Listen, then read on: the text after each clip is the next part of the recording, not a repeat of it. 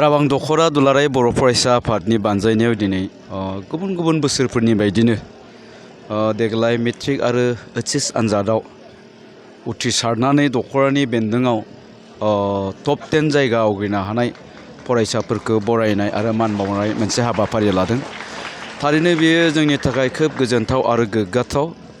खारन बेबायदि हाबाफारिनि गेजेरजों जों फरायसाफोरखौ थुलुंगा होनो हायो आरो बेफोरबायदि थुलुंगाखौ होबोबाय थानायनि थाखायनो निस्सय दिनै जोंनि नैबे ओनसोलाव जितु जोंनि फरायसाफोरनि जितु रिजाल्ट बे रिजाल्टआ साबसिननिफ्राय हामसिन जाबोगासिनो दं आरो बेजों लोगोसे बे हाबाफारियाव जोंनि माखासे गेदेमा बिथांमोनखौ आलासि महरै लेंबोनानै फरायसाफोरखौ थुलुंगाथाव जिखिनि बिहोमा होलांबाय जिखिनि बिबुंथि होलांबाय निस्सय बेफोर बिबुंथिनि गेजेरजों जोंनि फरायसाफोरखौ इयुनाव साफा गुन गोनां सुबुं गावबा गावखौनो गायसनना लानायनि थाखाय गियान होगोन थुलुंगा होगोन आं बेखौनो आसा खालामगोन।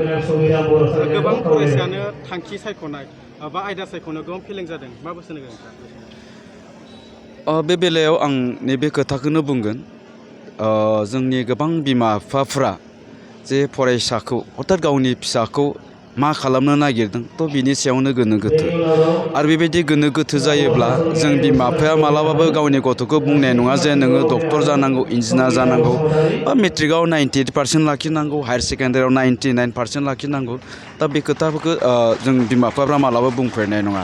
दा बिनि थाखायनो जों बिमा बिफायानो जिहेतु गावनि फिसाफोरखौ बुंफेराखै स' एखनब्ला समाव जोंनि फिसाफोरखौ जोङो माने सेल्फ कनफिडेन्स गैयि बायदि नुयो जे आत्मबिश्वास गैयि बायदि नुयो गावनि सायावनो फोथायनाय गैयि बायदि नुयो आरो जेब्ला गावनि सायाव फोथायनाया गैया जायो अब्लानो बिसोर गथ'फ्रा माने जेबो थांखि गैया जाहैयो थ' गाव मा जानो नागिरदों थ' बे थांखियानो गैयाबा माबे स्ट्रिम फरायनांगौ माबायदि फरायनांगौ थ' बेवहायनो गोनो गोथो जानायखौ जों नुनो मोनो। दा बेखायनो आङो साफ्रोमबो बिमा बिफा बिथांमोनखौ बुंगोन जे जोंनि साफ्रोमबो फिसायानो साफा गेदेर मानसि जानो हायो गुन गोनां सोलोंथाइखौ लानो हायो आनजादाव बुरजा नाम्बार लाखिनो हायो। दा बिनि थाखाय जों बिमा बिफायाबो गावनि सायाव फोथायनायखौ लानानै सेल्फ कनफिडेन्सखौ लानानै जोङो जोंनि फिसाफोरखौ बुंदावनांगोन आरो जोंनि फिसाफोरखौ जों जेब्ला बुंदावगोन अब्लासो जोंनि फिसाफ्राबो गावनि सायाव फोथायनायखौ लानानै थांखि लागोन आरो जेब्ला जोंनि फिसाफ्रा थांखि लानो सोलोंगोन अब्ला जोंनि फिसाफ्रा खुनुदिन लेखा फरायनायाव बा थांखि लानायाव खुनुदिन गोनो गोथो जानाय नङा। गोबां लाइमोनफोरानो गाज्रि मुवाजों एडिक्टेड जानांदों आरो गोबां दोनखारनाय लांखारनाया जोंनि गेजेराव गोबां जादों मा बुंगोन?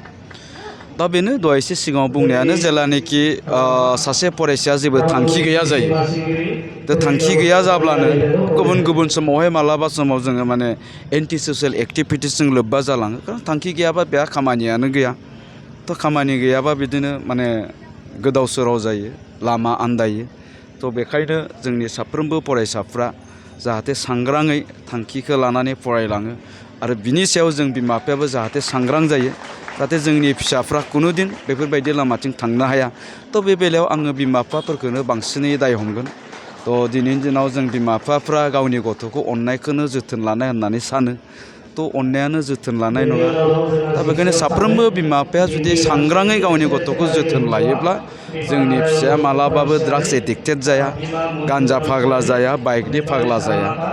थ' आङो साफ्रोमबो बिमा बिफाफोरखौ बेनि थाखायनो आं खावलायगोन आरो जोंनि फरायसाफोरखौबो आं खावलायगोन जिहेथु जोंनि साफ्रोमबो फरायसानियाव टेलेन्टआ दङ जानो हानायनि थ' जानो हानायनि टेलेन्टआ दङब्ला जाहाथे जोङो थांखि लानानै दावगालाङो बेखौ खावलायगोन।